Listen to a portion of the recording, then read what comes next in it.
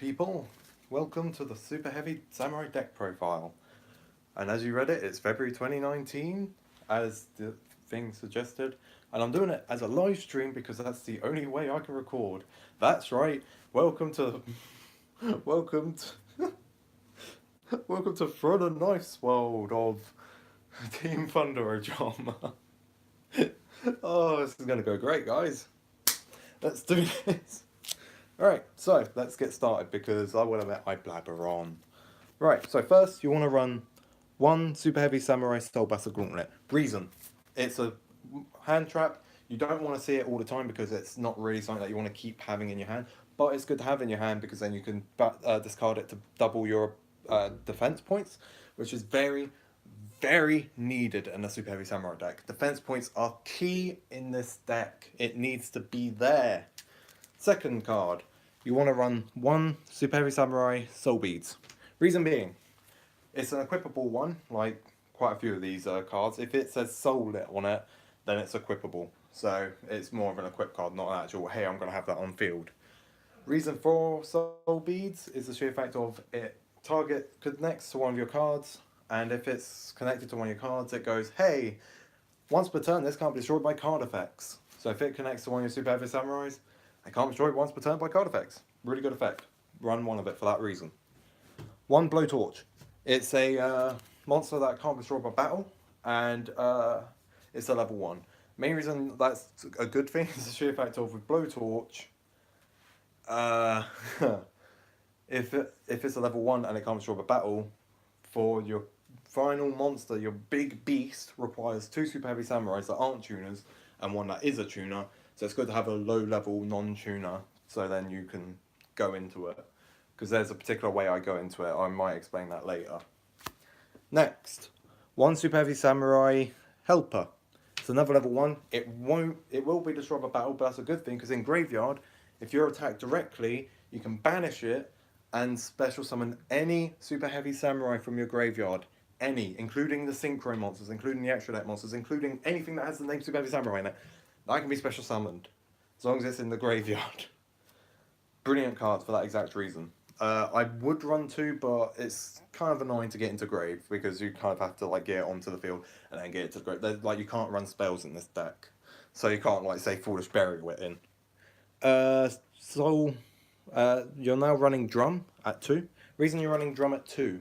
Drum is a level 1 tuner, so you can synchro into monsters a lot easier. So if you're like only one level off and you need a tuner as well, you can just bring out Drum. Drum will count as that tuner. And also if you're not going to synchro summon with him, if he's destroyed on field, you can special summon any Superheavy Samurai from your graveyard. So it's basically another helper, but one that you only need on field. That's why I'm running 2 of it, plus also it's a tuner monster, so you can't want to run it.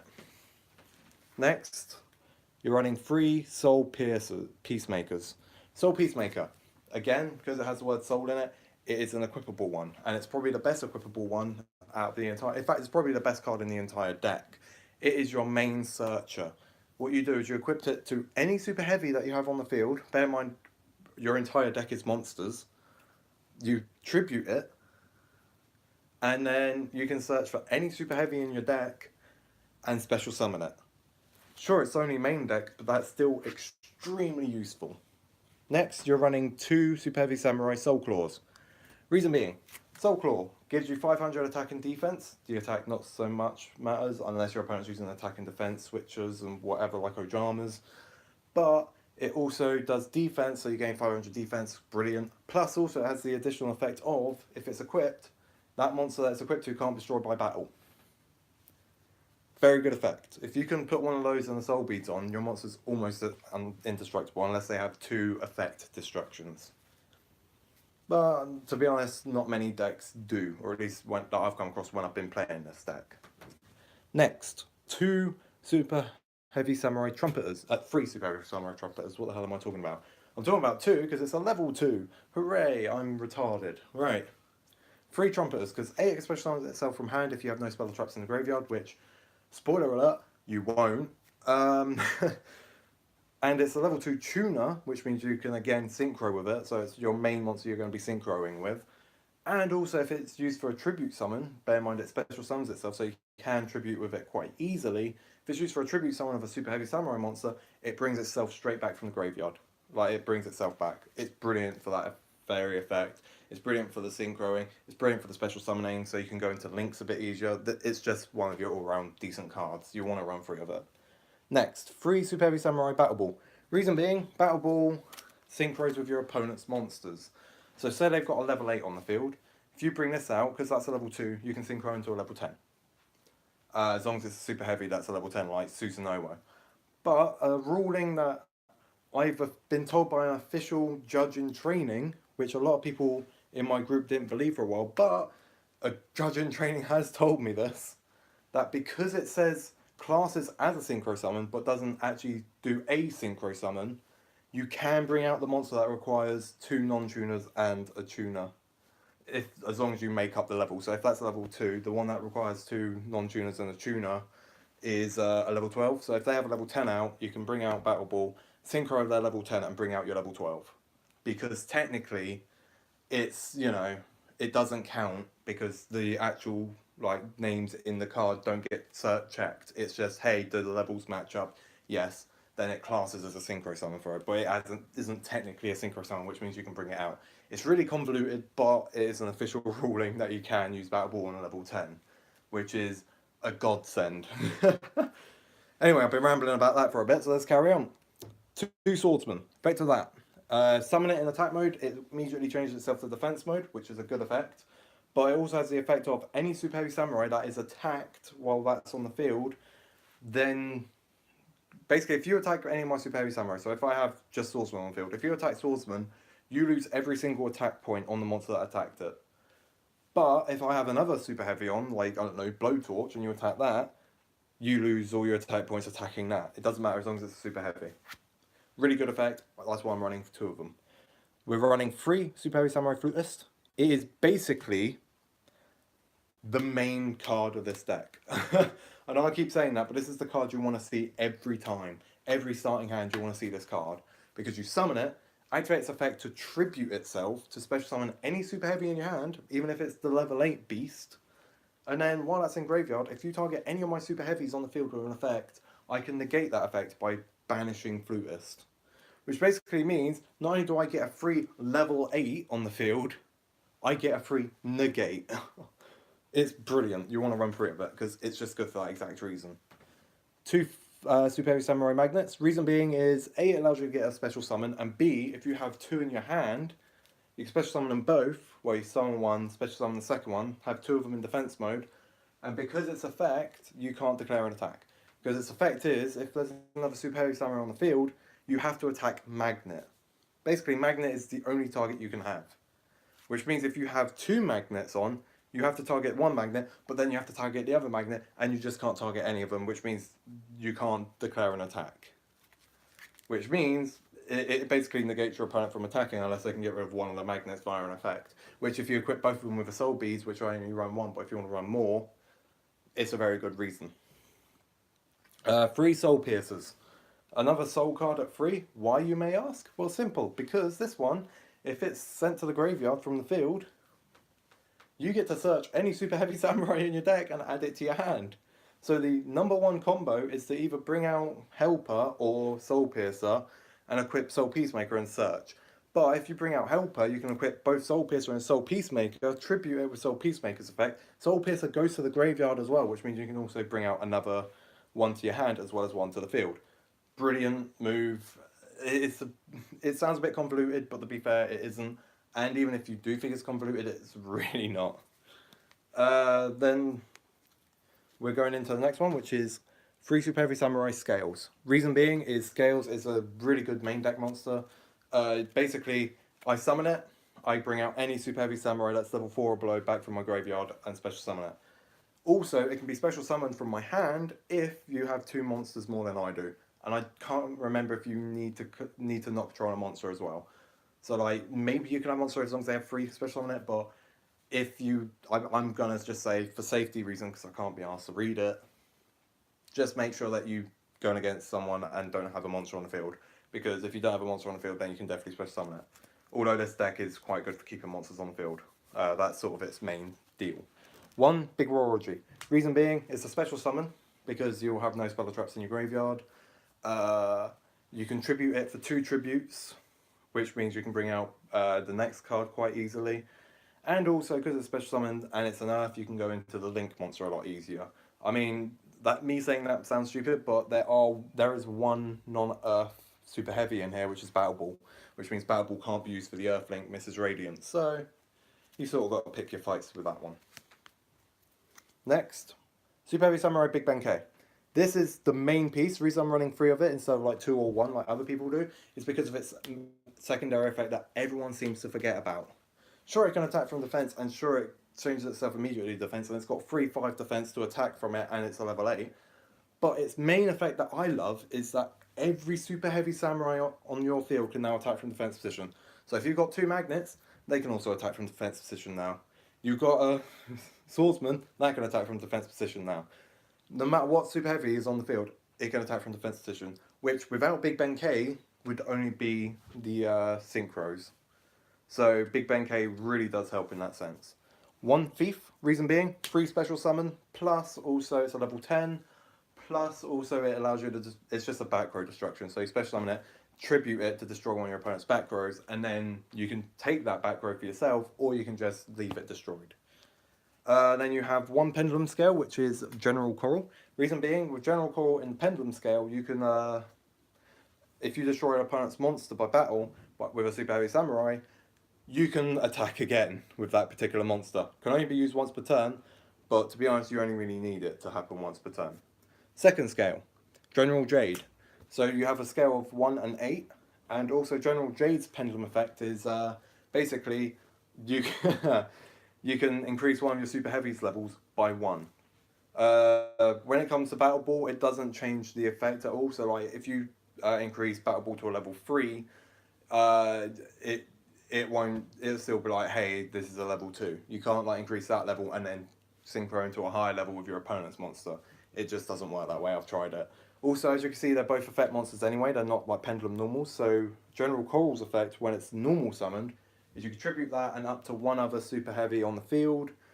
And for every Super Heavy tributed, you can draw a card. And for General Jade, it's basically the same as Big Ben K, but without the being able to let every other Super Heavy attack from defense. And also it can only needs 1 tribute as long as it's a Super Heavy you tribute, which isn't bad, to be fair. Next is the only non-monster card in this deck, and it's the final main deck card. 3 Sekka Light. Sekka's Light, Jesus Christ, is brilliant in this deck. If you control no spell or traps in your graveyard, you can activate this. It allows you to draw 2 cards, and then for the rest of the turn, the only spell or trap you can activate is Sekka's Light. Banish Sekka's Light from your graveyard, and you can show your opponent 1 monster in your hand and shuffle it back into your deck and draw 1 more. Both of those effects can be used in the same turn, but you can't use another Sekka's Light that same turn.